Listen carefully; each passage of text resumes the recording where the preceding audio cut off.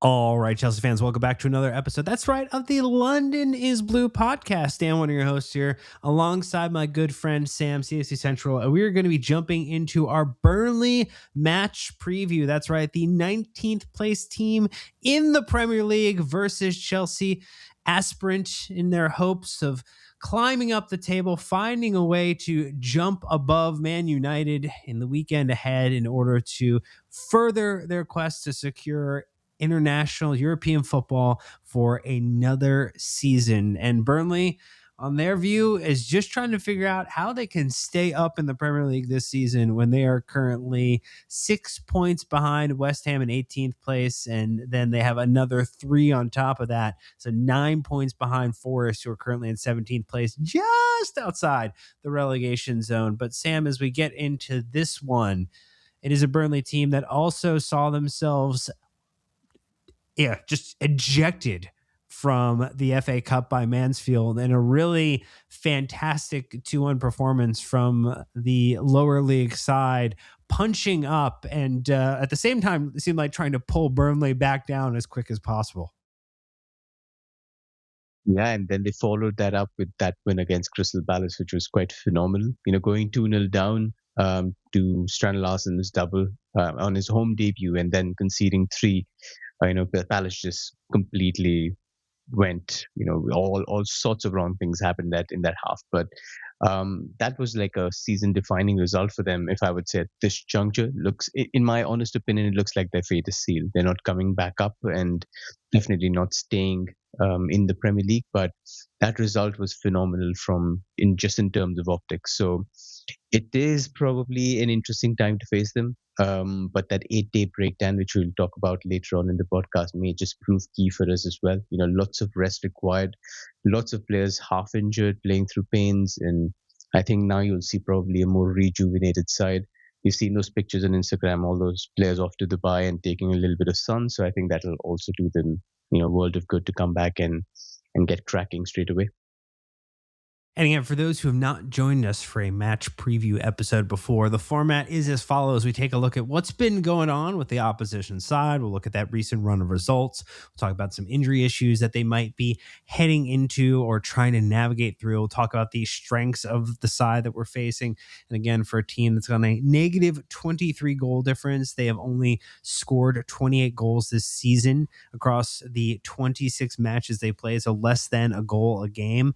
At the same time, Chelsea have only conceded 30 goals this season. So we have conceded only 2 more goals and they have scored the entirety of all this past season. So we'll get into what they do well. We'll talk about some weaknesses, and then Sam will flip the script. He'll ask me a couple questions that he thinks Lemur Sr. will be considering with the side, how we set out. And then we'll get into our predictions, both our standard ones like who's playing, what's the scoreline going to be, but then also our on the ledge predictions to try and just see if we can define or divine something magical in the match ahead. But I Sam, just want to Dan, I just want to add something here before you go ahead. Please excuse me for the interruption, but you're talking about the attack, but just sort of with a little bit of attack here. If you want to know how bad that attack has been, I mean, it's been bad all season, but just how bad it has been. We met them 15 games ago, and their top assist provider at that time was Hartman with 4. And 15 games later, it is still Hartman with 4. And Jadon Anthony had 4 goals then.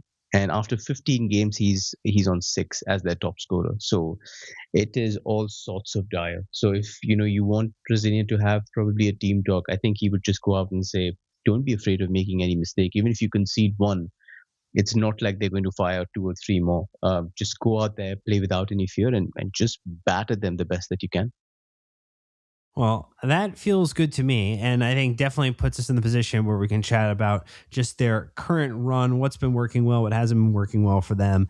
And maybe to get it started again, they did lose most recently to Mansfield, but in the Premier League, they had that 3-2 win against Crystal Palace, but I would also argue that Crystal Palace are in some of the worst form we have ever seen from them over the past couple of seasons. They did have that loss to West Ham, which kind of helped in sealing, I think, that fate that you're talking about, maybe the concrete settling, as it were, for the look ahead to their end of the season. They lose to Sunderland 3-0. They did have that nice set of draws, which we can appreciate, as watching them draw against Tottenham 2-2 and then watching them draw against Liverpool 1-1.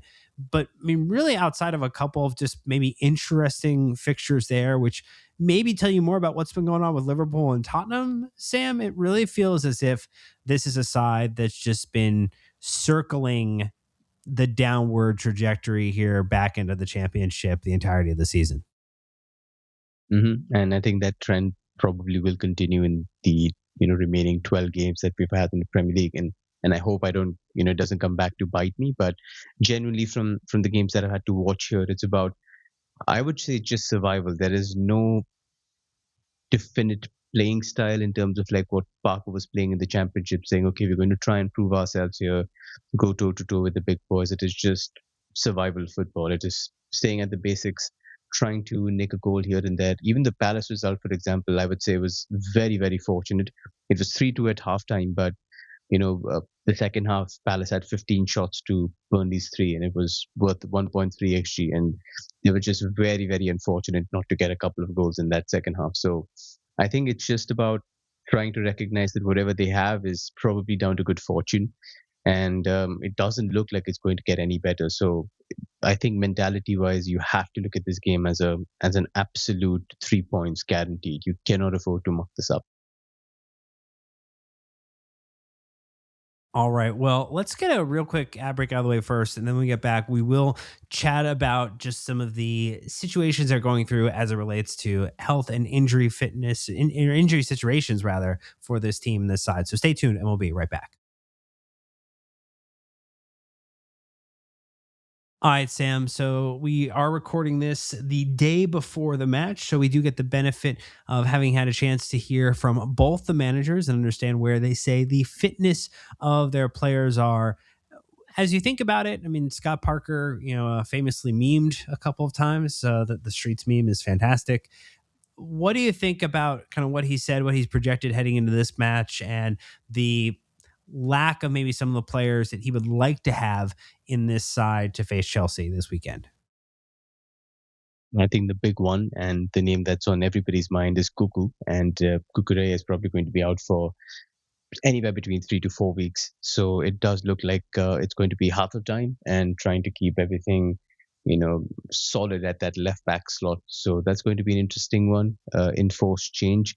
But on the flip side, there was some good news that Cole Palmer and Reece James will both be fit and available. I think the break will do both of them really, really well, because we all know that Palmer's been a little bit struggling with a groin issue. Reece had an illness, had maybe a knock in there somewhere as well. So just about getting time to get his energy back, and trying to get preserve him with that we haven't been able to do this season, because he's played a lot more than he has in games past. But from just in terms of just injury issues and fitness issues, I think that's the only major concern I would have. Romeo Lavia is apparently quite close to returning. He played in the under 21 games earlier today, and on the basis of the first half, looked quite good, but not too much to take away from how well he's playing, just about how fit he looks.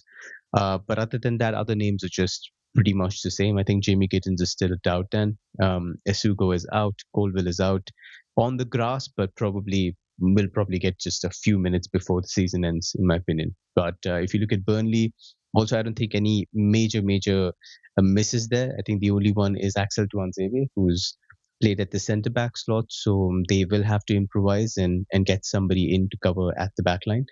And Zeki Amdouni is quite interesting. He's been out as well. I don't think he's played a lot this season. And Connor Roberts is somebody who's also been, got some experience in the Premier League. And Josh Cullen, I think, played against us in the reverse fixture with Ugo Chukwu, and he's probably fallen out of order as well in terms of Parker's preferred midfield. So I don't think they're missing anybody of substance other than Tuanzebe. So pretty much a full strength Burnley side, Dan. Good things to keep in mind and be aware of. So why don't we do this then, kind of maybe talk about some of the things that we should consider, rather, as it relates to their play style, and then also things that maybe have potentially worked well for them at times, because it doesn't necessarily feel like there's a whole lot going well, but we should at least know how they get onto the field to play. Yeah, I think a lot of similarities compared to the preview pod that we did earlier on in the season. I think Parker's just stuck to his dictum of saying, okay, if it's a side that we can compare in terms of personnel and in terms of stature, then we're going to go with a back four and we're going to be quite aggressive. So, for example, he went against West Ham and said, okay, I'm going to probably get three midfielders there to try and overload a slightly weakish midfield. Got the 4-4-5-1 against them, but usually when he sees there's an opportunity, a low possession side, then he goes back four. But when he comes up against Liverpool, a City, or us, then usually prefers his 3-4-2-1, and I'm pretty certain that's going to be what we come up against, unless there's been a change in the break that they've had as well. So we mentioned that the Palace result was quite great, but overall, in terms of picture, they are the side with the lowest average possession in the league. And if you look at their identity, it's about just trying to be extremely compact in their 5-2-3. They're going to be aggressive in the press. The wingers come narrow, and it's going to be like this very, very difficult block to play, almost like Crystal Palace do. They make it very difficult for you to play inside the central areas because you risk losing the ball, and then you've got some nice quick forwards there to try and run directly at your backline. So I think that's going to be the identity then.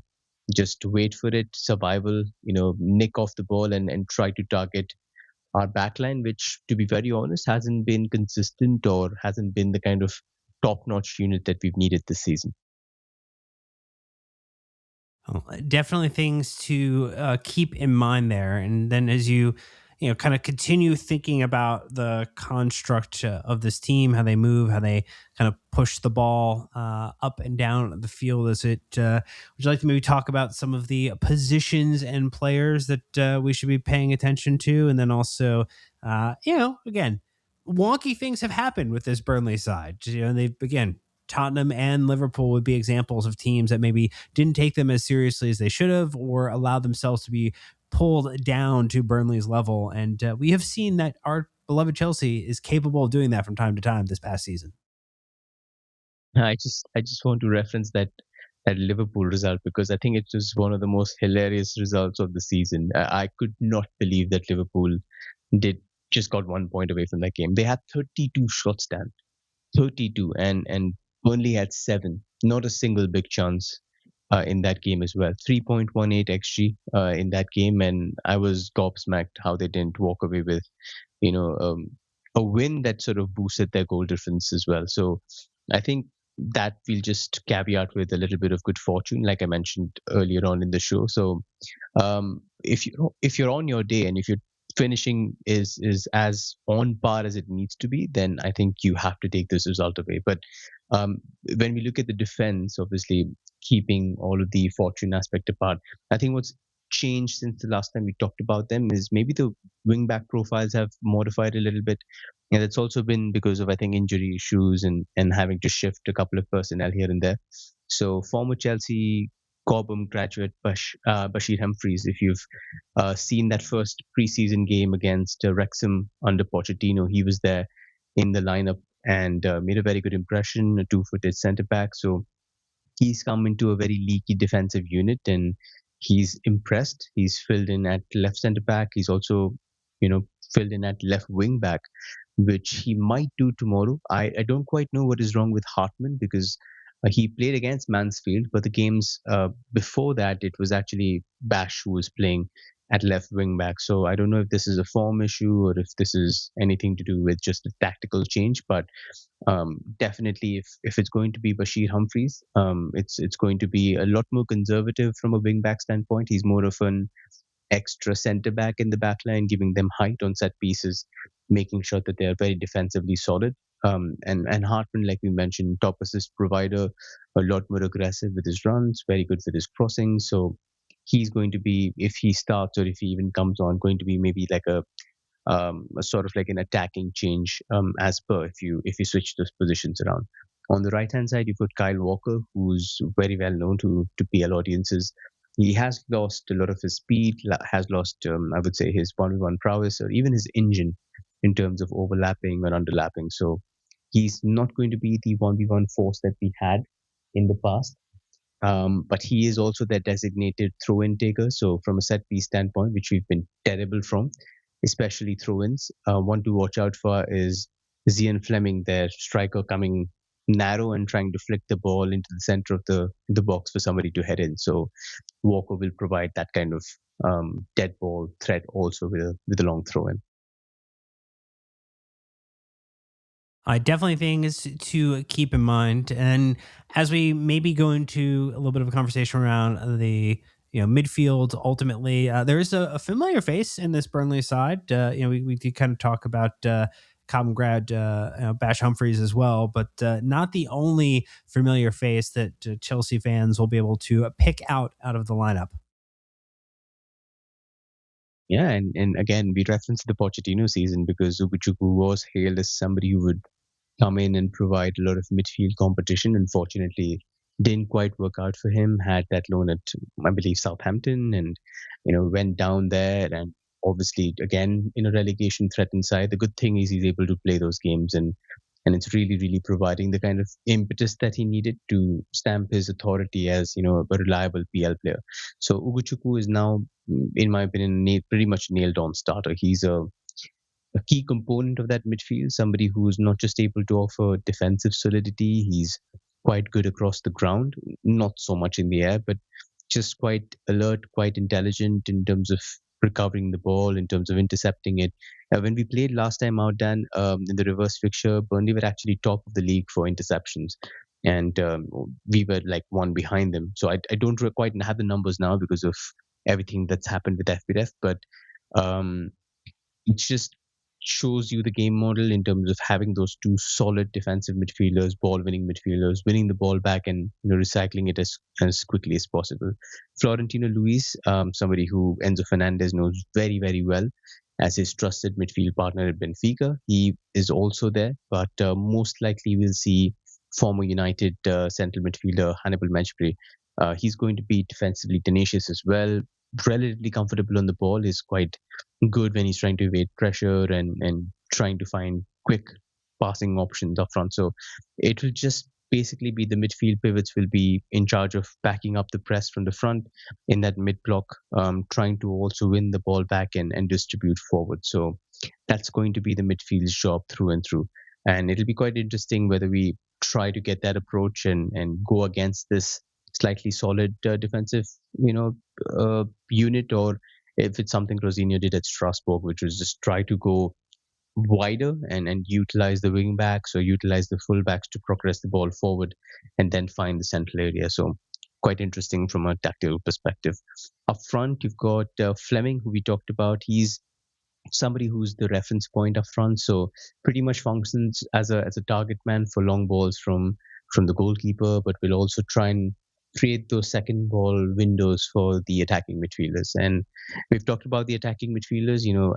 Jadon Anthony is the top scorer with 6, so somebody who's quite direct, will pick up the ball between the lines, run at the defense. And it's the same with Marcus Edwards on the other side, who's it was once called Mini Messi by Pochettino, I think. Somebody who was in the Spurs academy and also a quite direct dribbler, very, very good at, separating and taking shots on target. Hasn't really shown that for Burnley, which is hard to do, but there are two forwards who are quite capable of being out wide and also quite capable of playing in those half spaces and running either at the defense or beyond the defense for long balls. So that's something that the defense will have to be particularly careful about. And the last thing I'd just probably like to reference is that the keeper, Martin Dubravka, he's the only goalkeeper in the Premier League who's made 100 saves or more. So he's the only one on triple digits, and he's 20 clear of Petrovic. So Dubravka is probably going to have a busy evening. So his shot numbers will be good.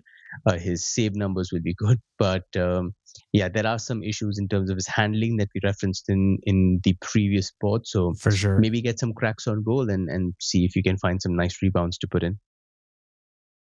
So then we then kind of shift because we now talked about it's funny, you talked about the Dubravka thing, but then you also ended on a little bit of a, hey, here's where you can get after him. So I feel like a very good time to switch gears and talk about the weaknesses of this side, which again, I do think you led with one already, talking about how Hartman was the leading assister and he is still on 4 at the same time. And then Anthony had 4 goals then, and he is now only 6. And that's been 15 games in the Premier League since then. So not a lot has trended upwards for them in terms of quality. But do you want to go through some of the other weaknesses that you've identified in your prep for this game? Yeah, I'm glad that I was able to go back on my notes for this one because they were league high on penalties conceded with 3 when we met them 15 games ago, and they're still league high on 5. And they've also now conceded a league high joint 5 goals from counterattacks. And this usually comes from the midfield trying to push up too high to press or counter press, and the defense basically struggling to cope or step out. And that's been the main weakness then, where they've tried to intercept, and once they win the ball, try to go back to front quickly, and the other team's able to flip the tables and just completely go the other way, and the midfield is out of sorts, and you're running basically at that back line, which is quite vulnerable when they're not inside their box. So I think that's going to be the number one way to get at them. If they do win the ball and they try to go directly, intercept the ball and go, as quickly as you can through the center, behind the midfield, and that space, once it's accessed, I think it makes it very, very easy to cleave them open. The other weakness that I've seen is just consistent weakness to track off ball runs across the back line. So if you see just the wing backs, their ability to stay with them, and even the centre backs, the wide centre backs in particular, trying to track off ball runs is a big, big issue. So Crystal Palace actually made it quite difficult for them every time Strand Larsen was dropping. Sarr was able to run in behind, and a lot of times just their entire backline switched off, and you could see why they've conceded 51 goals this season. Just a lack of discipline, a lack of concentration, a lack of communication, everything that you need for a disastrous PL backline. So I think you have to create that threat, that anxiety in terms of trying to put runs in behind, trying to put balls in behind, make them run backwards, keep them on their toes, disorient the offside line, and it works really, really well. And the last I'll probably point out is something that's common with a 2-man midfield, which is just how easily they get overloaded. And we'll reference that point again from the centre backs being a little nervy when they're trying to step up. It's you put a lot of pressure on that 2-man midfield, and Crystal Palace just did the easiest thing, which is push Sarr and push um, Gessan, I think he was playing on the other side, and both of them were and moving into these central areas, and you had this box overloading Burnley's midfield too, and every single time they got the ball, they were able to cleave diagonal passes into these little spots, and there was no pressure from the centre backs. So you could just turn, and somebody like a Sarr, who's very, very good at ball carrying, running at people, you just looked at it and said, why the hell isn't somebody stepping out to him? It's just a blatant, ignorance in terms of somebody who's very, very good at those things. And if you especially look at Maresca's system, which was trying to go with a diamond and moving 3 attacking midfielders in behind that 2-man midfield in those back fives, then I think this could be a great opportunity to create a lot of issues. You go with Palmer and you go with Estevao, and you'd probably have to invert one of the others. So it might be Hato who goes in behind and becomes the third AM. But if you're able to do that consistently and find those people in behind, I think that's going to create a lot of issues. And there's also somebody who's very, very good in those zones. So if you just keep Andre there or Caicedo there and try to find out other options, then I think it's going to be game over for Burnley. You have to just access that central space and get 1v1 or 3v3 against the back line, and the ingenuity that we have in those forward positions, I think, does the rest. Great. Well, those are some of the weaknesses that Sam has keyed in on that hopefully our wonderful and beloved Blues will be able to take advantage of as we head into this match against Burnley. But we're going to take our last ad break. And when we get back, we'll take a look at the questions that Sam has prepared for me to consider. And I'll try to do my best, Liam Senior, and figure out exactly how we might get set up. So stay tuned and we'll be right back. All right, Sam, your turn to flip the script. What type of questions do you think are haunting the mind of our manager at this moment? I think the first one is quite an easy one. We've had a nice 8-day break now, which allows a lot of recuperation, a lot of rest. So, are you thinking of just going full on in terms of like going with the strongest 11 against the league's basement dwellers, or do you go a little more conservative thinking, you've got Arsenal, you've got Newcastle, and you've got other bigger engagements to come your way? So what are you thinking in this particular fixture? Ooh, it is a tough question. I mean, we do get the benefit of having, again, a full week off between this match and the Arsenal match, which, look, we could go out and save the world of football, at least, not the entirety of the world, if we could win that game or even take points off Arsenal in that game to just bring them back down appropriately, like Wolves did. Into the conversation, into the question about, is the title really secure? Is it safe in Arteta's hands? We don't want to have an answer that is affirmative towards that. And so I do think there might be a little view towards this upcoming run before the international break where we're going to start in with our Champions League matches and players that maybe have been managed, whether it is Cole, whether it is Reese, that there would, whether it's Enzo, who has basically been a nonstop engine, just whether, in first or second gear at minimum, every single engagement.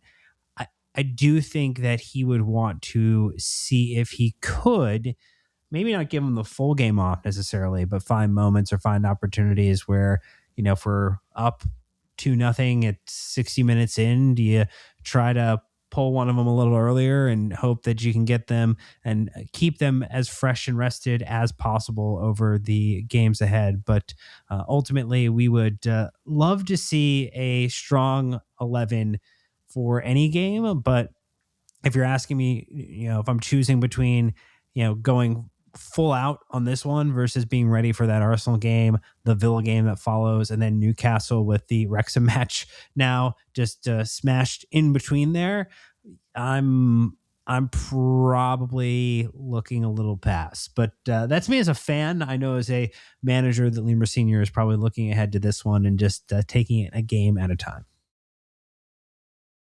And I like Sir Alex Ferguson's mentality here. You always start with your strongest 11, and then you work from there. You put them to the sword, or you basically go out and do the job that you're meant to do. And then if you have the luxury or you have a little bit of time left, then you can make those changes and give them a well-deserved rest for good afternoon's work. So I think that's how we do it. We generally go with maybe Cole Palmer starting. I don't know whether it's prudent to play him a full 90 minutes, despite what he's gone through, and he might be featuring quite regularly now. But it still looks like he's struggling with a very clear groin issue. So him, Reece James, maybe Enzo, like you mentioned, has also played quite a lot of 90s back to back. Caicedo being another one. So maybe it's just trying to make a little bit of maybe room to try and rotate. Rosini has also gone all three midfielders at the same time with Enzo, Andre, and Caicedo. Ideally, you would want to maybe switch it around, but the way Andre's played, you really think that you really can't drop any of those central midfielders. So I can understand that dilemma as well. So it'll be quite interesting from just figuring out what he goes for. But irrespective, I think whichever tactical plan he goes for, I 100% think he should go with the strongest 11 that he has in his mind. The second one that I'd probably like to ask you is something that was interestingly floated out to just in an article, saying that there have been a lot of players who are probably expecting new contracts, are still on long-term deals, but are expecting sort of pay adjustments more in line with what top players are getting at other clubs like Manchester City or Liverpool or wherever. So, what are your thoughts on this one, and how does this affect A, the current plans, and B, maybe what the sporting director's strategy was? Like, you try to keep the wage bill a little more modest compared to everybody else, and now it's like your top performers are asking for superstar wages. So where does the club go from here? Oof. Well, I mean, you gave a good opportunity for us to discuss at the same time. During the recording, Chelsea have announced that they have a new front of kit sponsor, and IFS.ai, who also have partnered with the Sri Lankan cricket team for the T20 World Cup. They have partnered with Cadillac. Again, I don't have much more information than that at this point in time, other than we do have a front of kit sponsor again. It's going to be both for the men's and women's team. And now we are not we are not no longer the only club in the Premier League without a front of kit sponsor at this point in time, which feels like it only took 26, now the 27th match we're heading into of the current Premier League season, plus multiple other seasons to actually get this one across the line. And so maybe that will unlock some funds and some opportunity for our players to be compensated in a different or an evolved wage structure. But it does feel as if we are meeting potentially the hardest part of navigating this is how many of those players can you bring onto a larger deal, into a bigger deal, before you bloat it to the point where you're now just the same as every other club operating model. And how do you do these tough negotiations without sacrificing the total quality of the side from a talent level? Because we've seen now, after multiple seasons, the development of someone like Enzo Fernandez, who now is capable of delivering upon the promise and the expectation of what Chelsea signed him for. You see someone like Cole Palmer, who had not had a senior year in football, who now is at the point where, he's an elite talent and coming back from an injury. Yes. But, we know the caliber of individual he is, who could command a significant pay bump or pay raise at any team he went to. So it is a tough and challenging situation. But to be fair, the more commercial opportunities that you can unlock and set up for this team, look, it's an ugly logo on the kit. The kit has looked really nice without a front of kit sponsor. But I'm also a pragmatist, and the fact that if we have tens of millions of pounds coming in every single year that can be used to retain great talent, to bring in great new players and grow this team, I'm all for dumb front of kit sponsors to be on the front of our shirt. I guess the one thing you could say is, hey, it's not gambling, so that's a nice type of thing there, or something of that nature. It's an AI company, so obviously the logo lacks any soul. It looks like it was created by a machine. But like you mentioned, it's just nice to be maybe for the next couple of months in that space where people keep pointing fingers saying you don't have a front of shirt sponsor. So gives them enough time to negotiate until the summer and maybe find somebody else. The reports from friend of the pod, Nizar, says that they're definitely going to move away from being the front of shirt sponsor into maybe a little different role, and it'll go on to 2028, where that association will stay until that particular year. So the bad thing is that Chelsea are apparently looking for a front of shirt sponsor equaling 65 million a year. I don't know, Dan. I really don't know. It's like you have enough money to eat at McDonald's, but you're asking for caviar. So it generally doesn't make any sense to me. We've wasted, I don't know, the better part of 20 months in the past 2 years trying to find a front of shirt sponsor. And the last 2 months or 1 month before we end the season, there's Damak that comes in, and Infinite Athlete, and somebody ends up with peanut change for 2 months, and that's about it. So seems like a pretty worrying situation to me, Dan. I don't know whether there's going to be any long-term sponsors that commit to 65 million, especially when I think a lot depends on also how deep we go in the Champions League. Sure. That gold crest of that Club World Cup definitely helps. But if you aren't able to perform consistently at the Champions League level, then obviously nowhere close to that money. Probably 40, 45 would be a more modest estimate. But look, if you finish top 5 and win the Champions League after winning the Club World Cup, that would be able to. That would afford it. That would afford the opportunity to ask for 65 and maybe land somewhere from 60 to 63 and be very, very comfortable asking for it. But again, the consistency is the important thing. And if I, as a sponsor, or as someone maybe who was looking at investing that much money, I would want to see a season to season level of consistency that Chelsea has not been able to stitch together over a period of time. And so how we close out this season will be very, very important to determining if they can get near the level that they continue to believe this front of kit should command in the market. But since we'll play with a sponsor on the front of our shirt, let's go to some on the ledge predictions for this one, Sam. Do you have a score line for me and you're on the ledge? Well, for a scoreline, I'll probably go a little more buoyant. I'd probably go three, minimum of three. I think we are going to score or win by a 3 goal margin for certain. With the on the ledge prediction, I do think it's going to be an assist from Joao Pedro outside the box. So Ooh, it's going okay. to be probably for Estevao or probably for Cole Palmer. So it's a little bit of a modest, on the ledge. But hey, we haven't had like a prediction spot for quite some time, so I'll get a little time to get back into my mojo, I guess. What about you? What's your prediction? What's your on the ledge? Sanchez assist? No, no, no, no. It cannot be another Sanchez assist so quickly. Though he did, he has Rosinha been playing that bicycle ball kick? forward. Senior long throw in. I believe that we will win.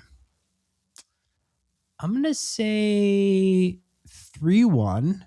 And I think that, again, this is Premier League only, so you have to kind of be careful on how you couch this. I think that it will only be our attack.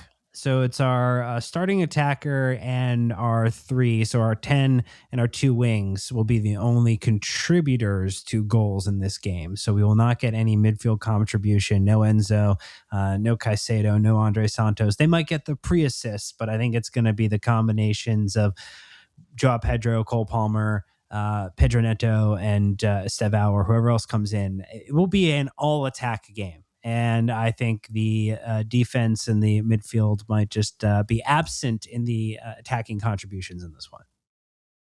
And that's definitely an interesting one.